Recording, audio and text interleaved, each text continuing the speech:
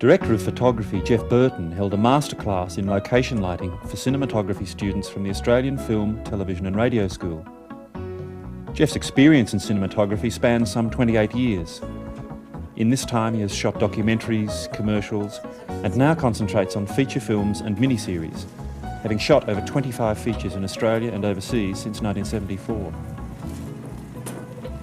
Okay, stand by Valera and Philip, action. The aim of the workshop was to reproduce the experience of shooting on location. This involved confronting natural and physical elements, such as changing weather and working in small spaces such as a kitchen or a doorway. Hello. Hello. How are you? In this workshop, Geoff also stressed the importance of a working relationship with the gaffer, in this case Ian Plummer, who has been Geoff's gaffer for many years. The main location was a suburban house in Sydney, and over the next 2 days the crew would be shooting in several different areas of the house. The first setup had the actor walking from the exterior street up to a dark doorway. As the first day's shoot was overcast with occasional showers, the natural light changed considerably. So in some senses, the nature of realistic shooting and being locked into short schedules, and the fact that no matter what the light is on the day, you're going to shoot with that light, can seem very restrictive, but by the same token you can turn it to your advantage as a cinematographer. One thing that you've got to look for is you've got the actor coming in foreground here, so you don't want to burn him up. You've got to light that area without overexposing this area. So we've got to either come out there with, say, a 12 by 12 Grifflon and a couple of 6s or a 12 off it or something like that, so we've got a big soft source right across, so it's even all the way through. Right. When he says a 12 by 12 Grifflon, what that is, for those of you who don't know, is a large reflector measuring 4 metres by 4 metres. So we're going to go that way with it. We're going to bounce from over there and try and cover the doorway and the wall. See how we go. My purpose is to try and reproduce the situation you find in Australian feature shooting. And what that involves is a truckload of equipment that is yours as a cinematographer for the duration of the shoot. It means that you come to a totally new location like this, but you always know what resources you have. And this includes the idea or the concept of a gaffer who comes with a truckload of equipment. And that's also part of this exercise. We're working with the resources that we have in the truck, and that's it, you know, and as an example of the most typical way of shooting in this country. So as he arrives in that pause position, we start the track. Okay, and action. The main problem with lighting the first setup was balancing the exterior daylight with the darkness of the narrow doorway. Because the camera ended up shooting straight onto the doorway, there weren't many options left for where to set the lights. The actors blocked through the scene several times before any lights were set. I mean, would it be possible to just get a smaller light and shoot it down? The problem with lighting from under here, this is a suggestion, is that it is not going to look quite as naturalistic as it does now, because it will have a slight direction to it which we're not establishing in any sort of way. I would be predicting, I think, that we will probably also do a slight exposure change on this shot.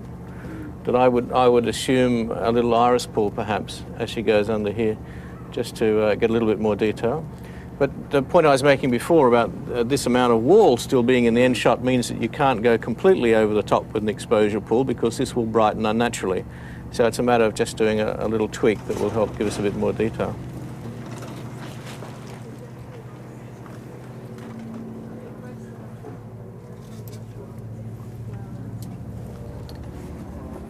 The first lighting setup was simple.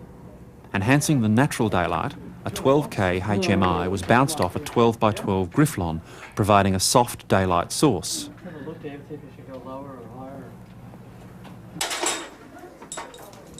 Inside, a cinepar was used for the background to suggest daylight coming from another room. And a 150-watt photocrescenta bulb was used as a practical light source in shot. A quarter blue gel was used on the photo crescenta to slightly balance it to daylight.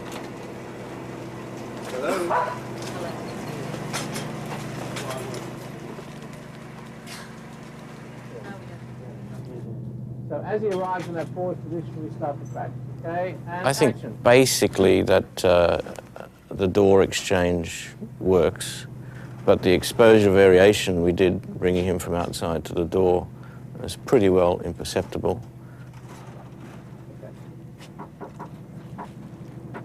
What is interesting, if you remember the degree of underexposure we were using on the front light on the two faces when we went into the close-ups, which was about a stop down on both.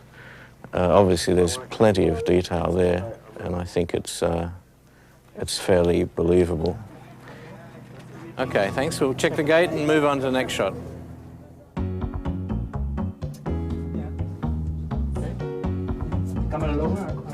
Oh, a little. I would. It's quite nice to be sort of looking down.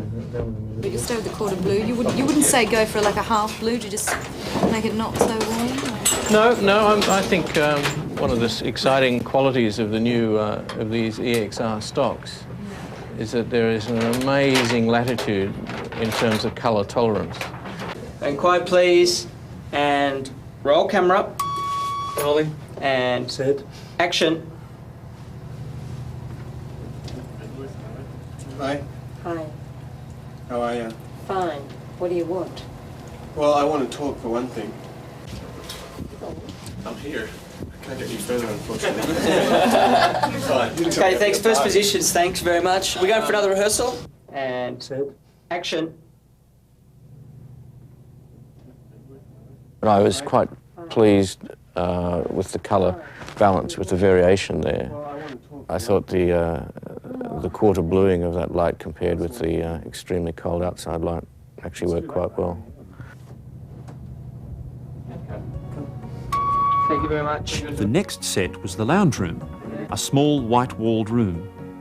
Natural daylight was coming through two areas, the window looking onto the street and a doorway leading onto a veranda and the backyard. As before, the actors blocked the scene first to allow Geoff and the students to work out the lighting. So, for the sake of this block through, if we could either all get out in the veranda or into this hallway here, just to give our two actors a space to move around in. And we'll see how it develops.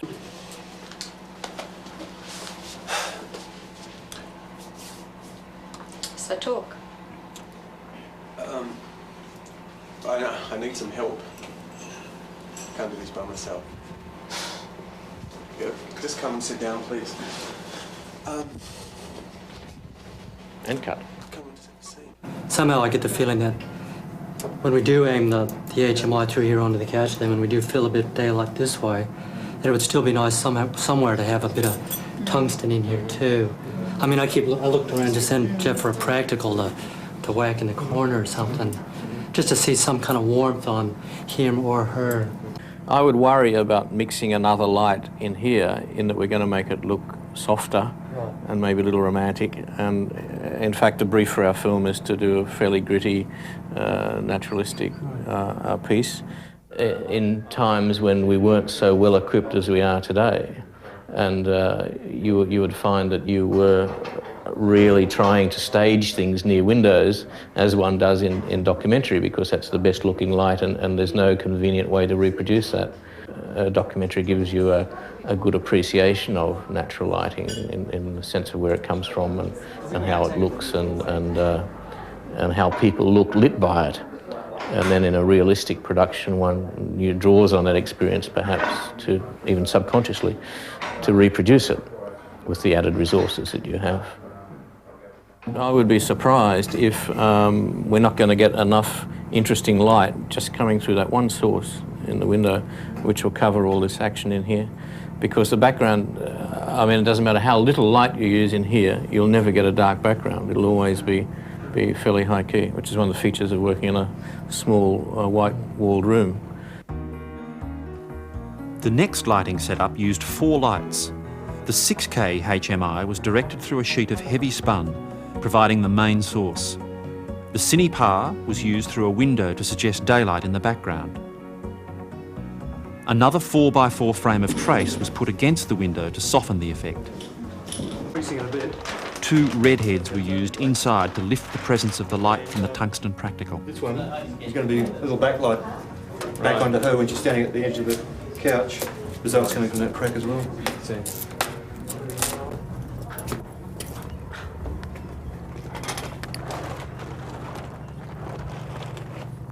Both the redheads inside used quarter blue gels to match the previous colour balance. So we'll see how that works when they come through.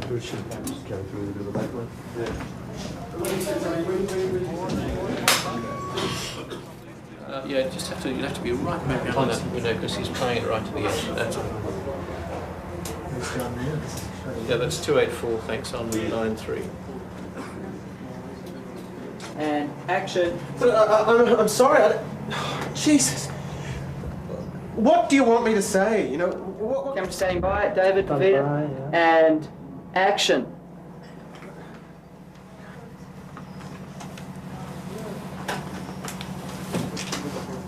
A problem for me, which I hadn't picked up during shooting. I mean, every Russia screen to me brings revelations. But the Valera's close-up, when she's sitting on the edge of the lounge, there's a shadow change on her face, which is gives the impression of being a double shadow. Well, it is in fact a double shadow.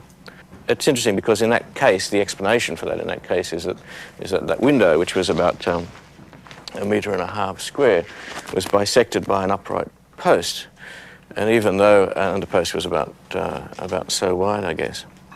But even though we were using an incredibly soft light through silk, the fact that that soft light was divided by that was enough to create that penumbra, that second lighter shadow, which you can pick up quite clearly on the side of her nose.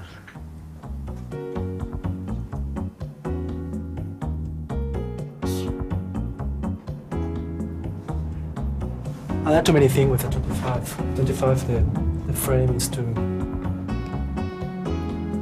A reverse angle was the next setup, and this meant shooting against an open doorway.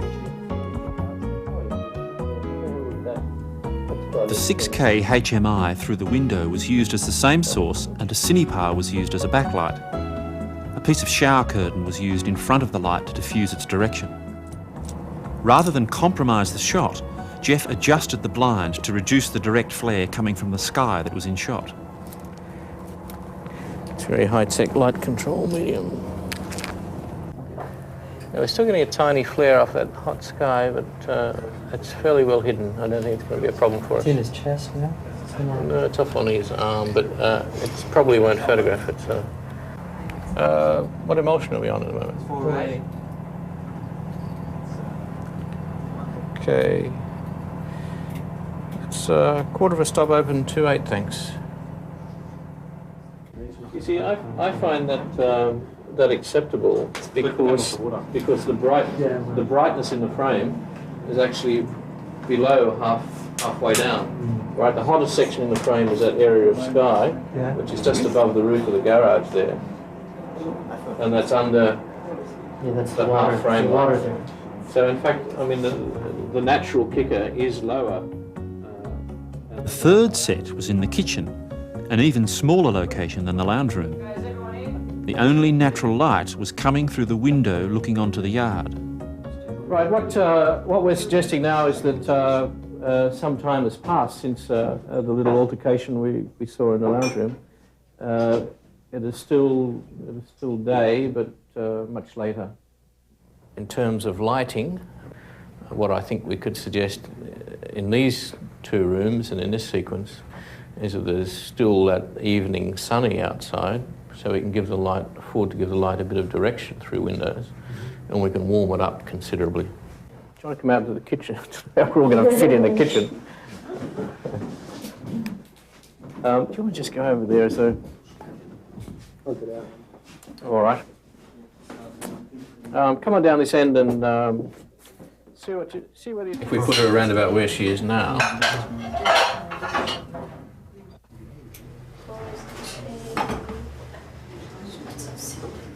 It was a tight squeeze in the kitchen, and this presented the problem of where to put the lights.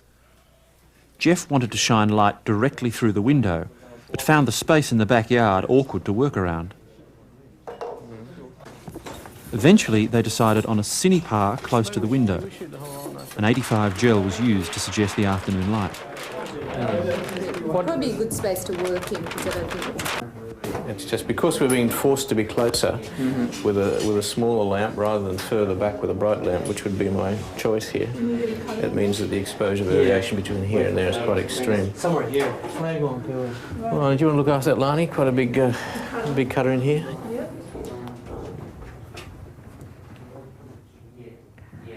A 4x4 frame of trace was used to diffuse the light coming through the window. No fill light was used. Can you put that in a feather situation so we're still getting through onto the bricks? Yeah. Maybe a little bit under that, just to make it... I can supervise that one too. And go for it.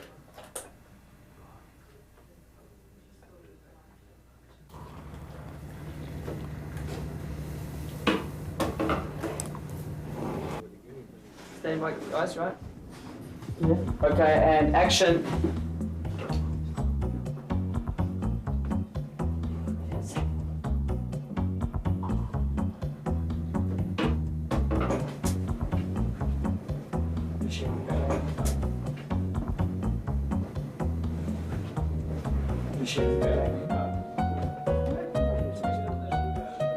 The next day, the first set was in the dining room. Natural light was coming from the windows looking onto the street, but unlike the first day's shoot, it was a bright, sunny day outside, and this presented a new set of problems. This is a perfect example of what happens when you come back to continue a scene.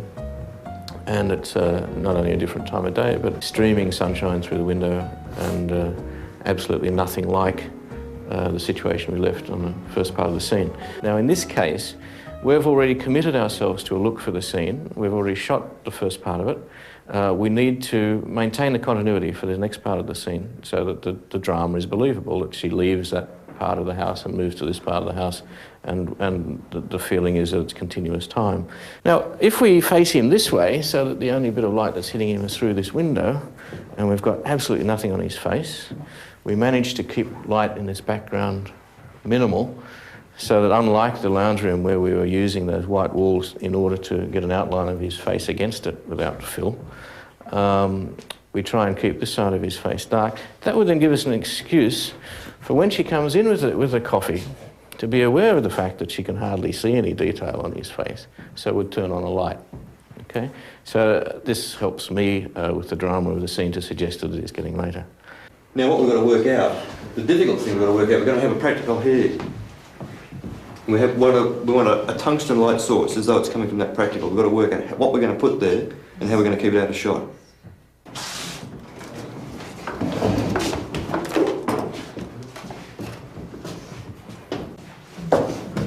At this stage of the walkthrough, I would, as a gaffer, I would be expecting the DOP or the operator or whoever to have a basic shot lined up through a tui.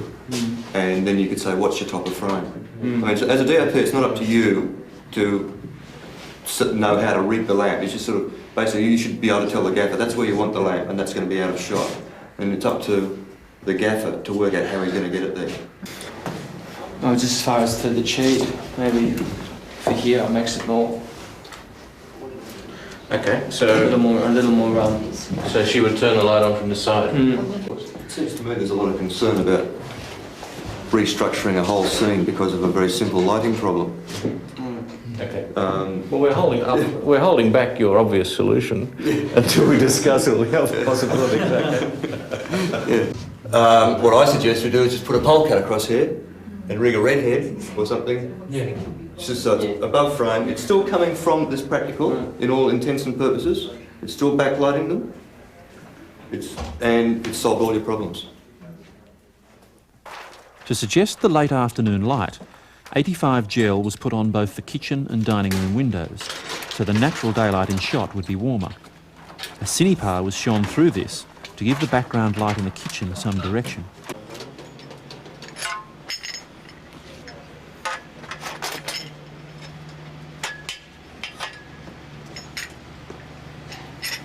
Another cinepar directed light through the dining room window to where the actors were sitting.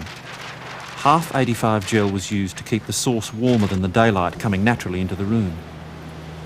A large black was erected on C-stands to block the direct sunlight that was going through the window. A photo crescenta was put in the practical lamp. As the lamp was in shot, the bulb was sprayed down on one side to reduce its intensity. A 12-foot polecat was used to mount a redhead above the lamp.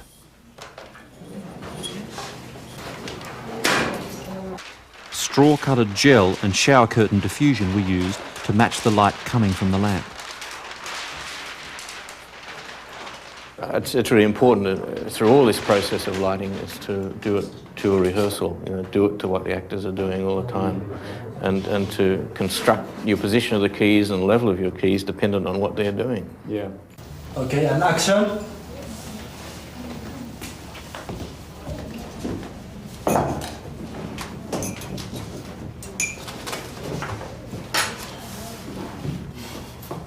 There's quite a nice little mood here, that lighting mood, that I think if we filled from this side, we'd risk losing. The risk with fill lighting of any sort is that it's generally overall. It's very hard to fill like just that corner of his face, unless you use a hard light, which is going to then give you a whole other set of shadows and a set of problems. But to use an overall soft light to fill that, I think we risk losing mood. What I would suggest is that the exposure we should be aiming for to shoot is this one that's on him. It becomes the standard as opposed to the one that was on her yesterday, which became the standard. And then from then on, the rest of the frame or the rest of the shot drops down as opposed to that shot yesterday, where a more day type scene, we're allowing stuff to burn out more. Whereas in this lower light, later day scene, we should be looking more towards the other end of the exposure range. We're letting things drop off more than actually build up.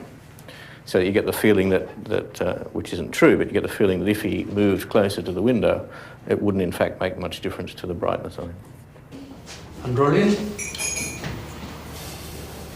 Speed. Action.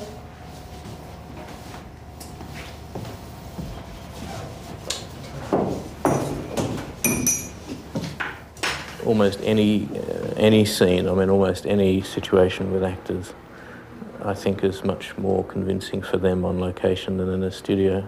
Love scenes, for instance, two actors in a bed or in a love-making situation, and you're talking about fairly intimate shots, and surrounding them is a 100 by 100 studio and acres of darkness and 50 or 60 people in gantries and towers, it must be a totally different experience to them to actually being in a bedroom or a small house or. The new location was quite a contrast, as it was a modern house with many open areas, but shaded from most of the direct sunlight. What I would emphasise all the time in lighting a situation like this is trying to make as much use as possible of what is here and what it's doing. The whole exercise is not lighting. And if we can approach it from that minimalist attitude, I think we can probably make it work. As the camera setup was to be one long tracking shot covering all the action, there was little space where lights could be safely hidden. The main challenge was how to light the broad space the camera was seeing from the areas that were out of shot. We would bounce off, we would arrange a Grifflon reflector out there, rather than going through a frame like we did yesterday, but maybe suspended off the pergola and weighted down, working right to the edges of frame. So it's important for him to liaise with the camera operator in that sense. And then we'd run 2 6 lights on it, two 6K HMIs, which would give us a spread to cover this.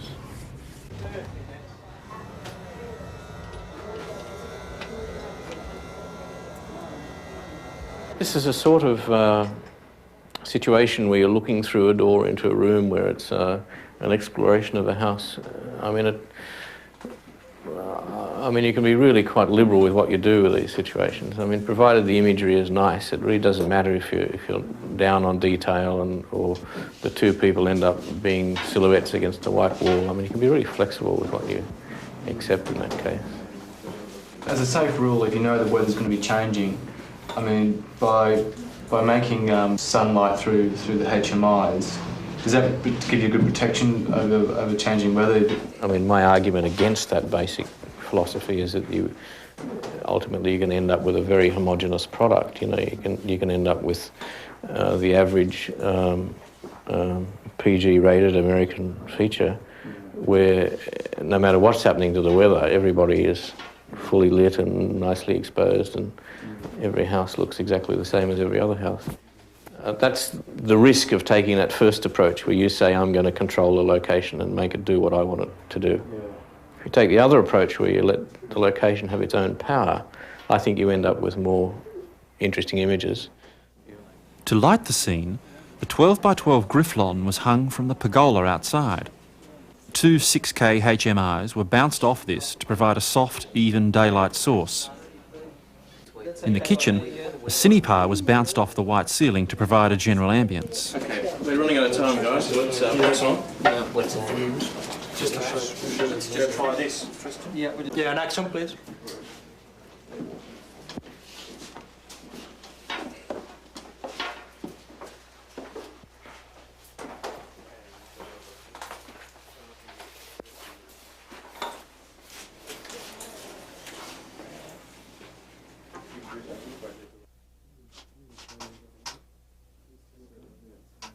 I think the second scene suffered quite a lot by us having such a slow work up to actually shooting it. So by the time we did start shooting that scene, we'd lost a lot of that nice ambience that we had outside when we first arrived.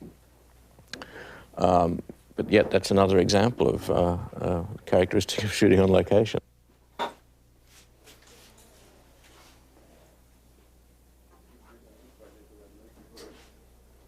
These days, with HMI lighting and more compact lighting units and lighter, smaller cameras have enabled us to get into smaller, more compact locations. Dollies have become wonderfully freer than they ever were. And a lot of that type of reduced size and more efficient technology has also thrown much more emphasis on location once again, that we were able to use locations more convincingly than ever before, because things are reducing in size.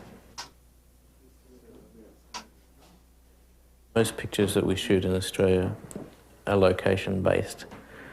And it seems to me that if one is going to exercise students in the type of lighting as cinematographers they'll be expected to do in future employment, then one has to consider that most of that work is going to be done on location. And although a lot of very basic lighting principles can be taught and exercised in a studio, I don't believe it is as relevant to a working cinematographer as knowing how to light on location.